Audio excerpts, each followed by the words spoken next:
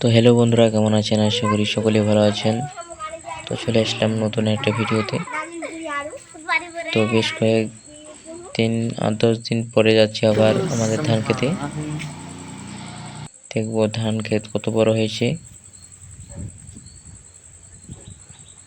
ধান খেতে পানি আছে নাকি সবকিছু দেখাবো ভিডিওতে। তো দেখতে পাচ্ছেন চলে এসেছি ধান খেতে।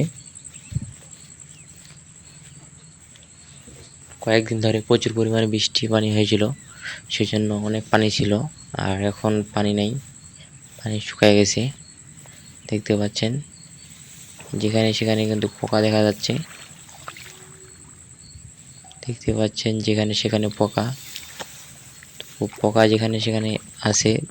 তো দেখাবো এখন ধান খেতে অ্যাপ ছেড়ে দিতে হবে। দেখতে পাচ্ছেন গাছের কুশি কেটে দিছে। দেখতে পাচ্ছেন ধান গাছগুলো হলুদ হয়ে গেছে, যেখানে সেখানে শুকিয়ে গেছে। এই জায়গায় পোকা আছে, তো সেই জন্য ধান খেতে বীজ দিতে হবে। তো কালকে ধান খেতে বীজ দিব। দেখতে পাচ্ছেন ধানের গোড়া কেটে দিছে পোকায়।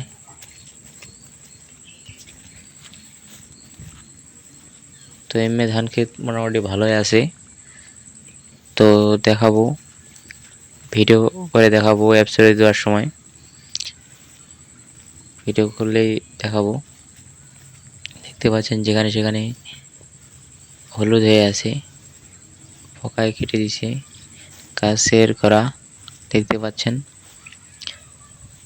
যেখানে সেখানে কেটে দিছে, যেখানে সেখানে, সব জায়গায় আবার না, যেখানে সেখানে পোকা কেটে দিছে। দেখতে পাচ্ছেন